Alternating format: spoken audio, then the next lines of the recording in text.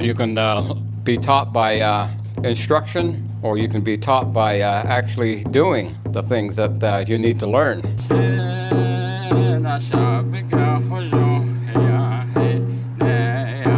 In the traditional teachings of our people, the uh, the ways to learn and that has always been important to our Dene. And it is that the first thing that we're taught is to listen. Listen. So when the situation is such that you are in an environment where you have people that are going to be explaining various things, that you listen. And the teaching goes further than that. It says, which means listen to one another. And that comes from another portion of the traditional teachings, and that involved in the process of our experience and existence in this the third world. The teaching of learning, you can be taught by instruction, or you can be taught by actually doing the things that you need to learn. And so the teaching of the school setting actually comes about, I guess, in the making of the Treaty of 1868, when the Dene signed the treaty. One of the articles of the Treaty of 1868 was that of children having the opportunity to attend school. And school was going to be provided by the government. And the buildings and the facilities would be made available, and then the Dene would send their children to these schools.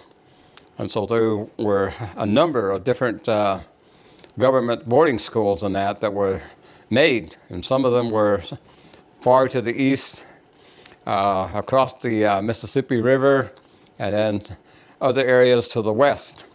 But it was in most cases that children were taken from their families and placed in these government boarding schools.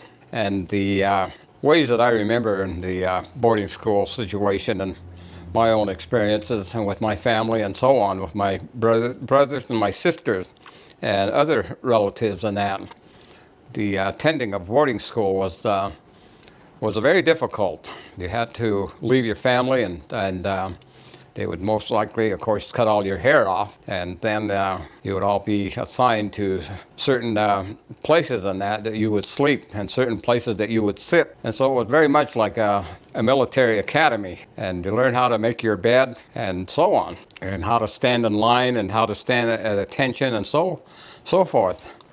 But it was also that some places it was very severe, and they tried to make you stop speaking your language. And my late father and that, and uncles and that, experienced the punishment that would be made on these kids that would speak the language of the Dene.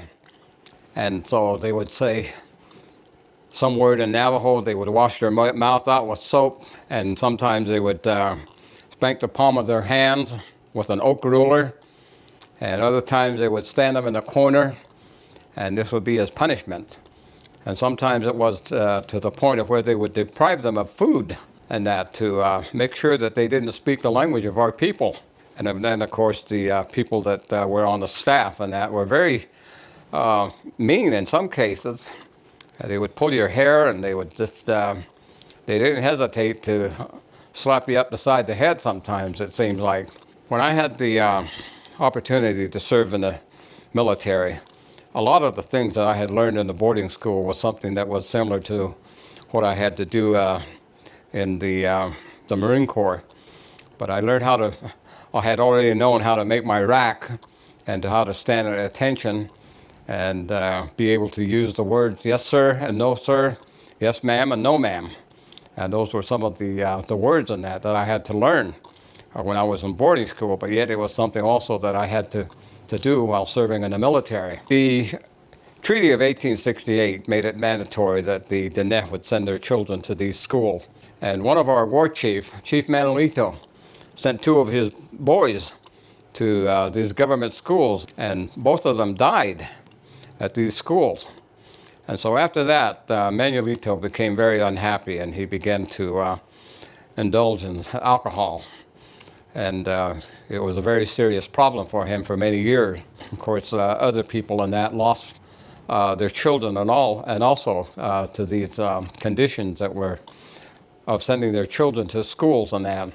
Later on, other types of facilities became available to the NEH, to where they would have various religious organizations provide schools and that, but also they would instruct them in the idea of getting some basic knowledge about various religions and forms of religion. So there were Catholic schools and Methodist schools and so on made available to the NEH besides the government schools and so on. And even the Mormon Church provided an Indian placement program in that. It was an experience that a lot of the NEH from different parts of the Navajo Nation experienced with education. And it wasn't until probably more recent years than that, somewhere in the latter 1940s, that they began to have the opportunity to attend boarding schools and that in some of the border towns and that in and around the Navajo Nation. And the teaching that was offered in the public schools and that was somewhat different than what was being provided by the religion administered schools, and also the school education that would be acquired from boarding schools. And so there were all different ways of learning. And the end result was that everybody was trying to attend the schools. Today, our schools and that are very different in many ways because of the curriculum and that is being offered in these various schools. I think that the things that originally were important to the NEH and any Native American group of people was that the child would be able to learn how to care for things around the home and how to care for the livestock and so on. I myself, I was not allowed to go to school until I was a little older because I was such a help around taking care of the livestock, and I took care of the sheep for my family and my grandmother and so on. It was a whole different thing of knowing what to do and how to survive and learning how to butcher. And not only how to butcher the livestock when they needed butchering, but also to hunt prairie dogs and to hunt rabbits and so on. And it was later on that I learned how to take care of things like the wagon and the automobiles when they needed to have repair. And those were the things that I learned while I was at home. But as I did go to school, I had some very good people that took an interest. And I remember my grandmother and that. When I say grandmother, my real grandmother that gave birth to my mother, she died giving birth to one of my uncles. And then my mother was raised by some of her aunts that were sisters to her mother. And those were the women that became my grandmothers. And there were a number of them. But most of those great aunts of mine that I call my grandmother had been educated in the government boarding schools. Many of them were well educated and had completed probably 8 years of school. And these were 8-year programs and that they had offered in the boarding schools and that. And one of my grandmothers was able to read. I remember herding sheep with her sometimes, and she would always have some types of reading material. She would read to me, and she's the one that I learned the ABCs from at a very young age. And she helped me to try to learn how to read even before I went off to school. And it was a great experience. And the teaching that I received from my grandparents on that were educated in the boarding schools was very helpful and all through my life. And it was from my grandmother that I learned the interest of reading. And of all of the things that the young people can do nowadays is to read and to be able to pick up a book and to be able to read the words and that are provided in the pages of whatever types of reading that you enjoy doing. It is very important to be able to read any type of material that is out there and available. And I would encourage any young people, learn how to read and to read well. And if you learn anything, always be more aware of your environment and understand the various terms and that, especially science. And I refer to science because so many people think that science has all of the answers. It is not so. The correct term for science is the search for truth. And it is that truth is there. but it is that some things that we have to study for ourselves and understand those truths. And the encouragement that our old people always gave me was, which is to listen, learn, take the schooling and that you're going to need in all of the things that you do. Learn as much as you can. And those are the things that we're told.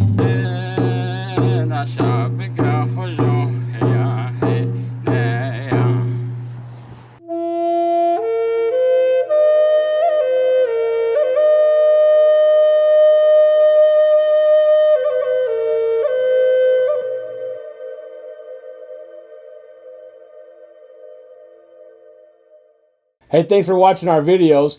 If you like what you see, don't forget to subscribe and hit that notification bell so you never miss one of our uploads. Also, head over to our website, NavajoTraditionalTeachings.com. Sign up for our email list. Okay.